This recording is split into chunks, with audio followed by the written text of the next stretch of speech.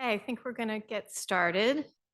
Welcome to today's Smith in the World panel. I'm Debra Immergut. I am career specialist for arts, media, and communications at the new Career Communities team at the Lazarus Center.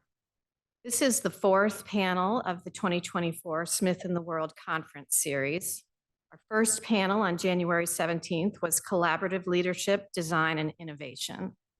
Was followed by panels on health professions and business, finance, and consulting. Future sessions will feature students in education, nonprofit, and social impact, government, law, and public policy, and STEM.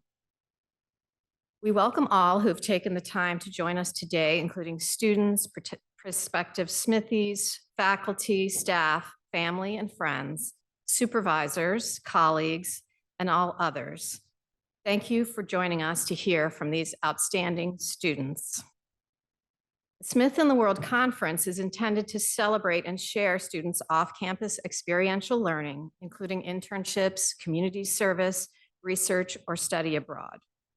Students will offer reflections on how these experiences have impacted and enriched their academic and professional paths.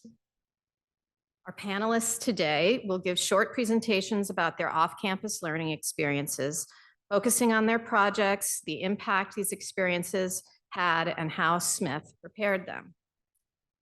Today's topic is arts, media, and communications, and I am honored to introduce our wonderful panelists. First, we have Vera Mancini. Vera uses she, they pronouns, is a senior and a history major and a book studies concentrator. Vera is from Seattle and is aspiring to get a master's in library and information science and work in museum and special collections librarianship. And after Vera, we'll hear from Alina Tschumakow, who uses any pronouns, is a sophomore, theater major with an interdisciplinary making concentration, came to Smith from Boston, and Alina is aspiring to a career in performing our technical arts on stage and screen. Today's session will be recorded, so we ask that audience members please keep your microphones muted. Those are our friends joining us on Zoom. We encourage you to submit your questions for presenters using the chat tool. We will field questions after all the presentations are finished. So with that, I will hand it over to our first panelist, Vera.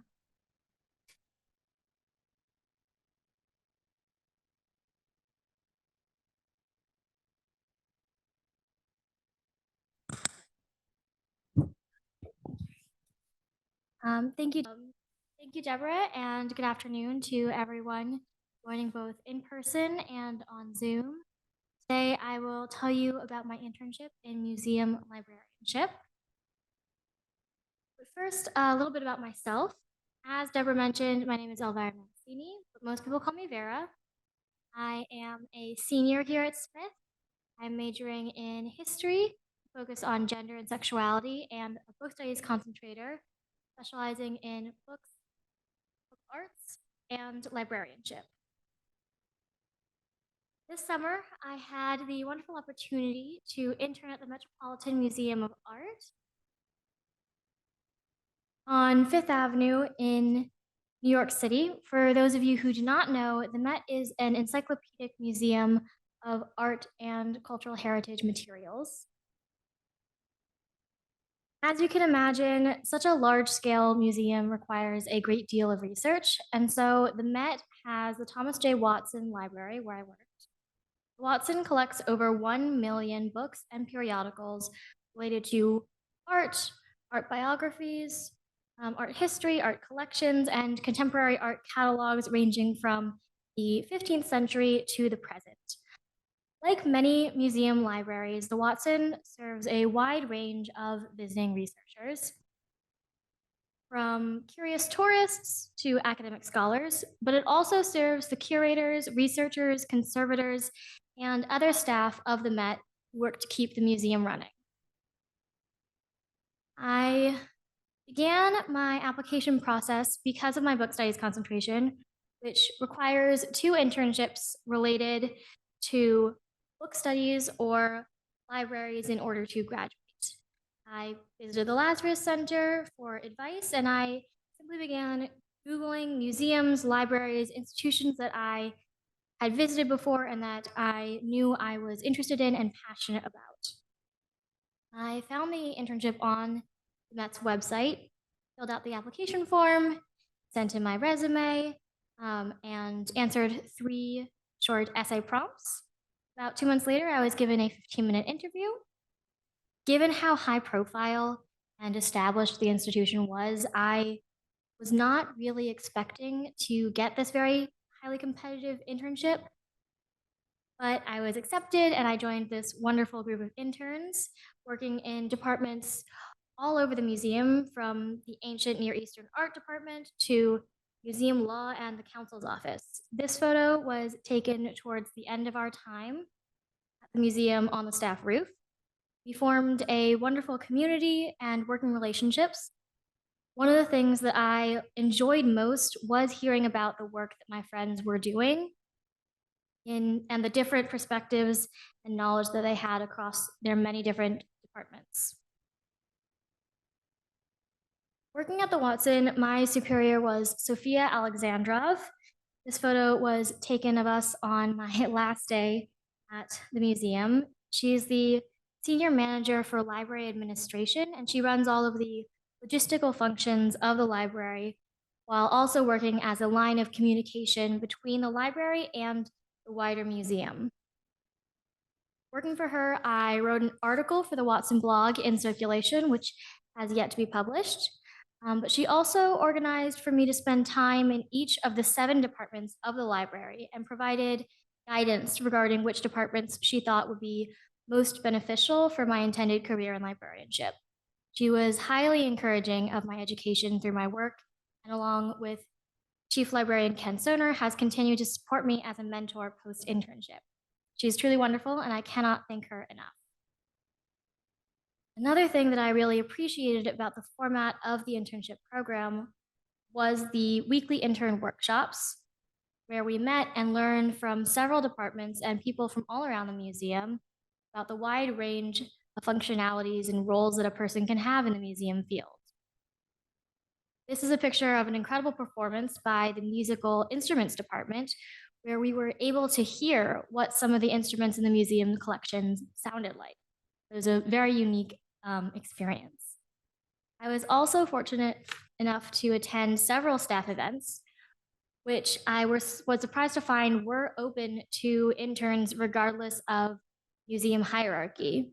From left to right, I attended library book pop-ups in honor of LGBTQ Pride Month.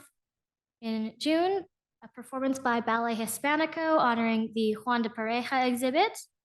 And this was my visit to Van Gogh's Cypresses exhibit just before it closed. In addition to the weekly smaller projects that I did for each of the departments and the article I wrote, I worked on a much larger Wikidata project for William Bloor in Tech Services. For a little background, Wikidata is a knowledge resource of open data providing information to various organizations and the general public. During COVID, the Watson created 4 indexes of BIPOC artists with materials in the Watson's collection and compared that list with the external databases such as Wikipedia and the Library of Congress, making note of those that did not have information readily available on the web. My job was to increase the discoverability of these artists by creating Wikidata identities for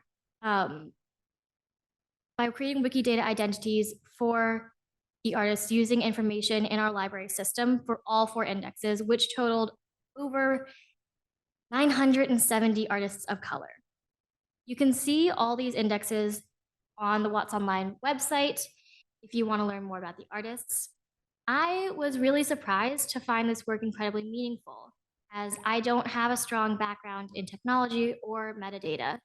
However, looking at the impact that I had on the discoverability of these artists of color, accessibility for the researchers, and decolonization of knowledge collections and databases made me feel incredibly fulfilled. Reflecting on my time at the Watson, I was most struck by the museum's unique ecosystem and the special place that the library holds within it. I was so lucky to meet and speak with a wide variety of people with so many different life experiences and areas of expertise. The largest takeaway that I had from these conversations was that there is no right way to enter the library or the museum field. In the library, I found an extremely intersectional environment with people with backgrounds in IT, finance, customer service, librarianship, archivism, and musology. Seeing how all these perspectives and people fit together impressed upon me the value of interdisciplinary institutions as servants to the public and to education. I want to be a part of this interdisciplinary field in the future. I am currently applying to grad schools and intend to pursue a MLIS, or a Master's in Library and Information Sciences. Sophia Alexandrov has been generously supporting me with this process, which I am so grateful for. I am interested in librarianship related to the arts and cultural heritage preservation and study.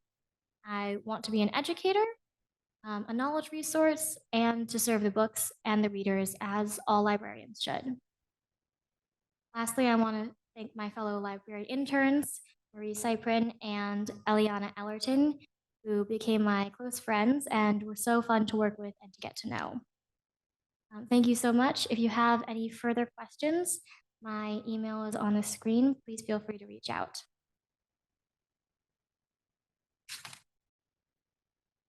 Okay. Vera, grace under pressure, excellent job. Thank you so much. And it was fascinating, and I want to have that internship next summer. Okay, and now we have Alina Tschumakow, and she's going to take us into the world of theater, and I think we've got everything working for the moment. Let's hope it stays working. All right, so I spent my summer of 2023 in Kingston, which is just outside of London, and I was working at a theater company, so I'm going to tell you about that. My name is Alina Tschumakow. Oh, okay. Well, my name is Alina Tschumakow. I use any pronouns. I am class of 2026, and I'm a theater major, and I have a interdisciplinary making concentration right now. And I'm looking at double majors or a minor, possibly in statistics and data science, which was a fun conclusion to come to after kind of major shopping for a little while. I knew I wanted to do theater coming into Smith, but I didn't. I came in with an undeclared major and then took a whole bunch of classes that I thought I was interested in the first semester, and ended up deciding on a theater major and deciding that I also probably want to do something else. So, as I said, I spent my summer in Kingston, and I worked for a company called the Rose Theater, which is a small nonprofit independent theater company in Kingston.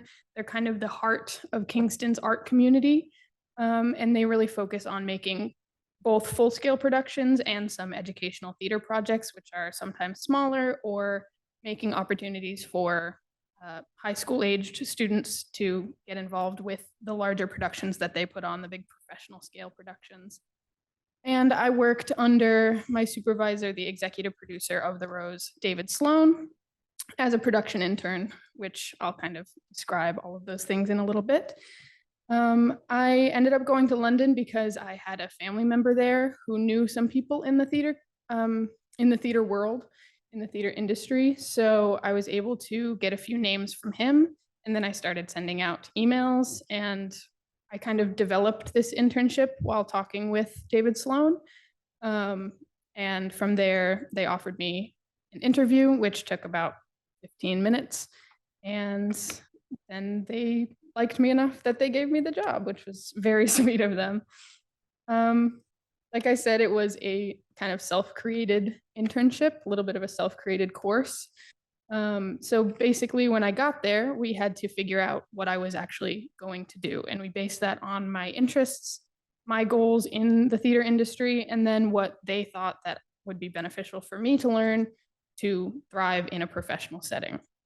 I also used the Smith Praxis program to kind of structure what I should be doing as I got there, because not only does it give you what you need to do to get credit for Praxis, but it kind of gives you an outline of here's how many hours you should work to really make the most of your time. And so that was really helpful for me to just kind of go along that course and then find out what to do from there. In terms of theater production, I mainly focused on executive production, which means I sat at a desk and I did some scheduling for the productions that were coming up for rehearsals, or I filled out the contracts for the actors who were going to be coming in from elsewhere, coming into our company.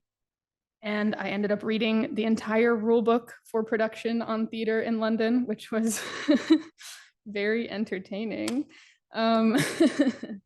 And I actually did a little bit of cross-company communications in order to make some reservations for rehearsal spaces, which was a crazy process. You just call people and say, you have space?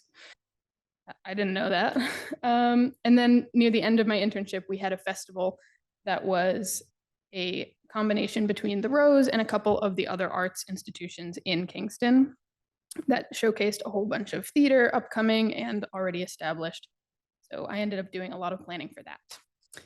And then from there, we kind of branched out a little bit, and I was able to go into the other groups that go into making a production. So I ended up a little bit in the creative side, which means I went to white card meetings, which are kind of production meetings for the productions that are coming up. So I got to see set designs and the costume designs and some of the scripts. And I actually got to give feedback on some of the upcoming scripts and see the next version where they took my feedback, which was so cool.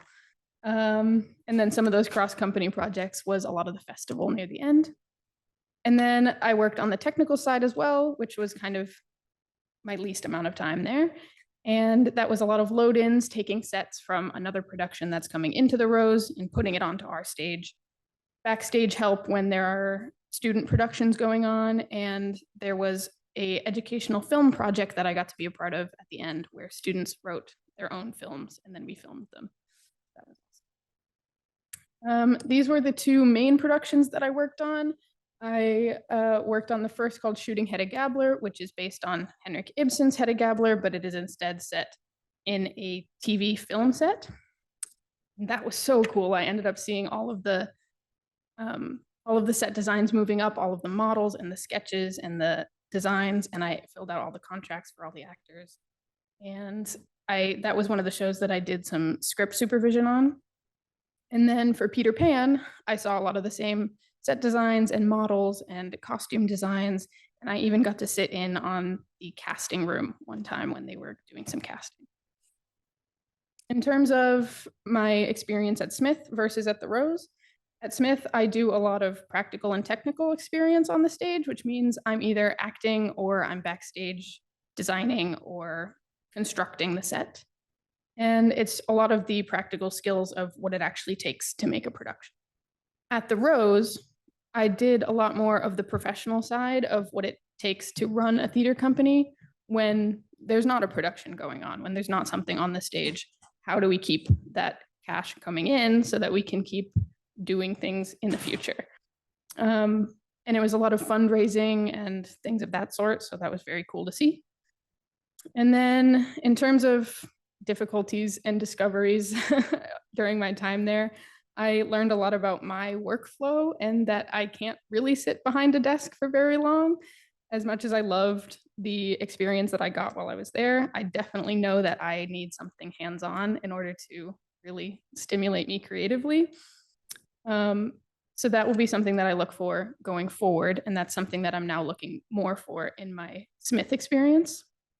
And then just some of the differences between London and the US in terms of what actually goes into theater production. I found a lot that here in the US, it sort of is separated into California or New York. And those are the two kind of hot spots. And then over in London, there's kind of a lot more crossing between film and theater and all of that art melding together into one big London community, which I really, really liked. And from here on out, I'm going to be looking for some internships. I've already applied to a bunch for this summer, and I'm still looking because a lot of times theater and film industries will put out their internship applications in kind of the January, February, March range. So I'm still looking, and I've applied to a whole bunch, and I'm mostly looking at set design and set construction so that I can get that hands-on experience. And this is actually me in the set shop here at Smith. So come join the set shop. It's really fun. I had to make an executioner's block, so that's what I was doing. And yeah, that's all I've got for you. So if you've got any questions that you don't want to ask with prying ears, my email's up there.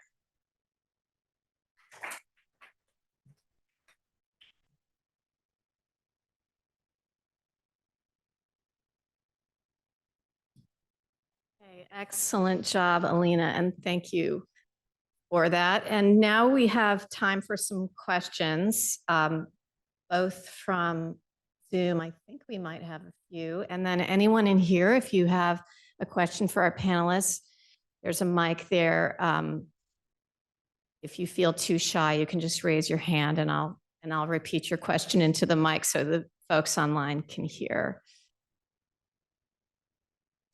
And I also have a bunch of questions. So, but I would love to give people a chance here. Okay, well, we're figuring that out. I have a question for both of you. We'd love to hear about a typical day. Like what time did you have to be at work? What time did you get off? What did you do about lunch? All of that stuff. Can you walk us through a little bit? Is this working? Okay. Ooh, this is cool. So I mostly showed up at 9 and left at 5. It would sort of change on days where we were doing a load in because that's a much longer work day and it just kind of goes until the work is done. And then they'll fix the hours for later so that you're not overworking all of your employees, obviously. But on a standard day, it was 9 to 5. And lunch was a lot of the times, well, okay, so I sat right next to my supervisor the whole time. He had a very long desk and he just set me up right next to him. So either we would make lunch plans and we would go out and have lunch at like a pub or something, or we would just go to the Sainsbury's nearby, which is like the supermarket in Kingston, and we would grab kind of a grab and go lunch and just eat either outside or in the office and chat. So that was kind of fun because I got to just hear all of the office drama from David. I worked relatively similar hours, 9:30 to around 4:30. I did have lunch in the middle whenever I chose to have that. It was an hour long. Usually I stayed in the museum for that. There was a staff cafeteria down in the basement. It was actually really cool. It was like a secret underground tunnel below the museum, and then there's a network of tunnels, and you have to find your way to a cafeteria. There's a fountain down there, which is really cool. There was also a staff roof where we could eat lunch. My supervisor, Sophia, I had lunch with her several times. I also had lunch with other staff members in the museum that she set up lunches for me, where I was able to ask them about their career experience, how they got to the Met, how they found their work and what they liked about it, what they disliked about it, what advice they might have for me. I was also on a WhatsApp group chat with the other interns, and we were able to organize times to have lunch together in different places, and other things where some of the interns would text the whole group chat and be like, "Oh, I'm in the Egyptology department. They're opening the sarcophagus. Does anyone want to come and look?" Which was an interesting experience. They mostly look dusty and they smell like wood. That's about it. And my day, the work itself varied depending on which department I was in and what kind of work they were having me do. For example, the book conservators, they were mostly having me create housing for the rare books that were slightly falling apart and couldn't necessarily sit on the shelves on their own. And then Reader Services was having me do research for visiting academics who were looking for something specific in our library. I also worked for collections and asked nearby galleries for their artist catalogs. So it was a wide range of work. Okay, thank you. All right, I have another question, which is, you both came to your internships in really different ways. So Vera, your process was very competitive. And Alina, you had to invent your own DIY internships. So what advice would each of you give to the students who are listening about, you know, their best chances to succeed at each one of these paths that you took? I can go first. For me, I would say that the biggest thing I could say is apply. You know, I almost didn't because I was like, the Met, that's huge. There's no way that that's going to happen. And I almost didn't apply. And I did, and it really was a surprise to me. And I think that a good percentage of people don't apply to large competitive internships because they feel that they can't compete. And I would say that what I did was I didn't think of it that way. I stopped thinking of it as a competition. I said to myself, I'm going to apply, and if they want me, they'll take me.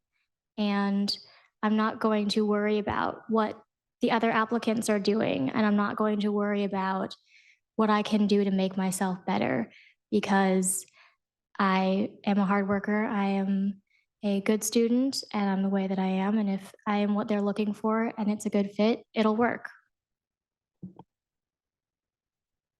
I would say for me, my biggest takeaway was if there's something that you want to do, ask for it. The worst that's going to happen is they're going to say no and your day's going to go on.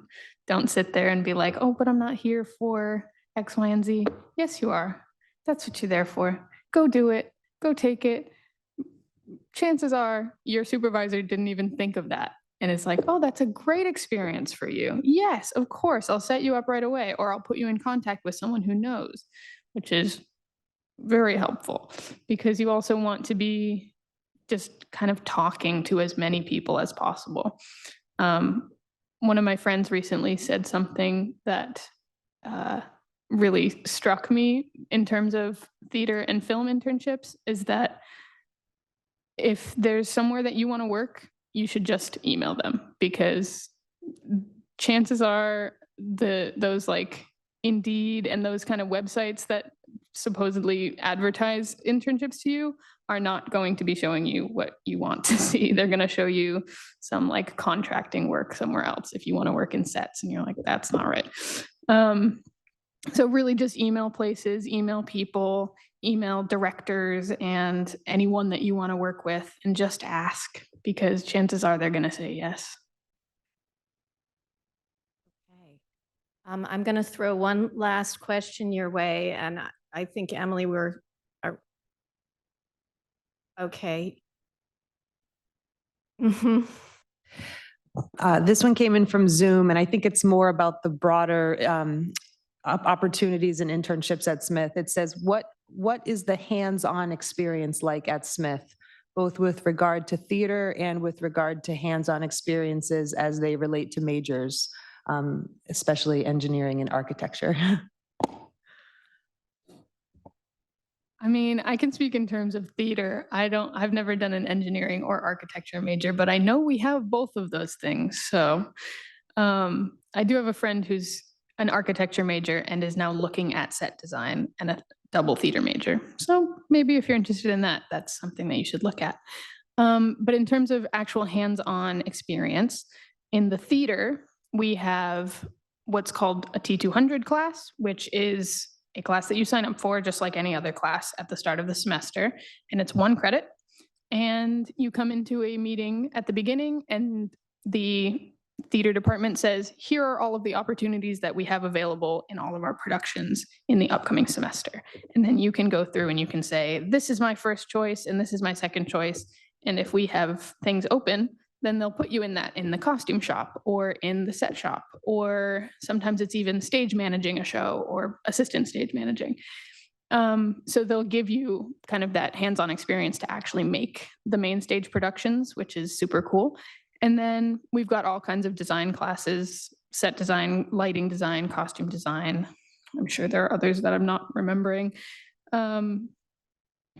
In terms of majors, it's really just looking for all of those classes that kind of get your hands in there.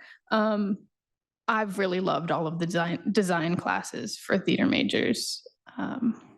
Yeah, I don't know about engineering or architecture, unfortunately. I don't know any of those departments, but I do know that at least for the book studies concentration, there are a lot of opportunities to both do work study and to do internships. There's the Nielsen Library, there's the Performing Arts Library, there's Hillier's Art Library. They all have student employees and workers doing things for them. There's also the Northampton Local Public Library, and they take student workers, and then the Emily Dickinson Museum over in Hadley, and then the Art Carlisle Museum of Children's Books, and the Yiddish Book Center is a library and a bookstore at the same time. And those are all good places to go for work experience. Excellent. Okay. Another question? Go ahead. One more that came in from Zoom. This person wants to know what prior experience you had in your fields before these internships. Well, I had worked with children in the past, but I was also a library research mentor at Nielsen Library. That job primarily consisted of working as research support for students and teachers and grad students as well. They would come into the library, say, I have an essay due in a week, and I need to start building a bibliography, navigating the library's website, figuring out what resources are reliable, primary sources, secondary sources, how to cite all these things. So that was my experience before entering the Met's internship. And since then, I have moved to special collections in Nielsen Library, where I'm working as research support, the welcome desk sometimes, and I page items and move books around. I have also worked for the Wing Luke Library, Museum Library, which is a museum of Asian American, Pacific Islander experience and cultural heritage. Wow. I did theater in high school.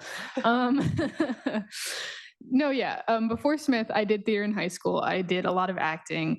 And near my final years, probably junior and senior, I was working on props, which kind of sparked my interest in set design. And then once I came into Smith, it was just a lot of looking at the classes that they offered for first years. And actually, before I came to Smith, I took a gap year and I went to London, which was awesome. And I spent 3 months there watching shows. I was supposed to do a bit of a work experience, but then COVID got in the way, unfortunately. So I ended up interviewing people in the theater industry about how COVID affected their experience. And then I came back and I worked at a company where my job title was performer, but it was it was working with kids. So I memorized a script, and then once I actually started doing the tours for the kids, it was a lot of improv on the spot. So then I just kind of started looking for more backstage stuff when I came to Smith, because I knew I had that experience in the performance side, and I knew I was pretty rooted in that. So I wanted to kind of go out of my comfort zone a little bit and try some new things in terms of design, and I ended up loving it. So. Any other questions from the chat? All right, last question. You both traveled really far from home to great, big, exciting cities. So can you tell us what would be your one top recommendation for something for us to do in New York and in London?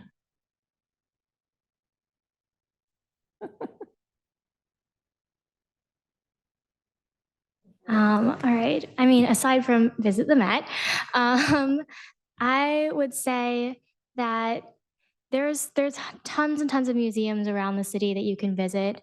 I'm partial to the Morgan Library because it is a incredible collection of rare books. But I think that the best thing a person can do when visiting a large city, particularly New York, is get to know the neighborhoods and the people, and travel throughout the city and not just go and visit tourist places, but go to a local coffee shop and see who's around and get a feel of where people are living and how they're going about their lives. I mean, I'm partial to going to see a show in London. It's an art center of England for a reason. It's an amazing community of different shows, and there's something playing every night. So obviously, financially, if you're in the position to buy tickets, that's great. But also, they have some little raffly things where you can go in and say, I don't want to see this show. I don't want to see this show. I don't want to see this show. And then they'll go through the list of all of the other shows and put you in for a discounted ticket. And then it'll raffle through. And when they find something on that date, they'll give you a discounted ticket, which is really awesome. And if you're more of a museum person, I would say go to the V&A because that's an amazing museum. It's so pretty.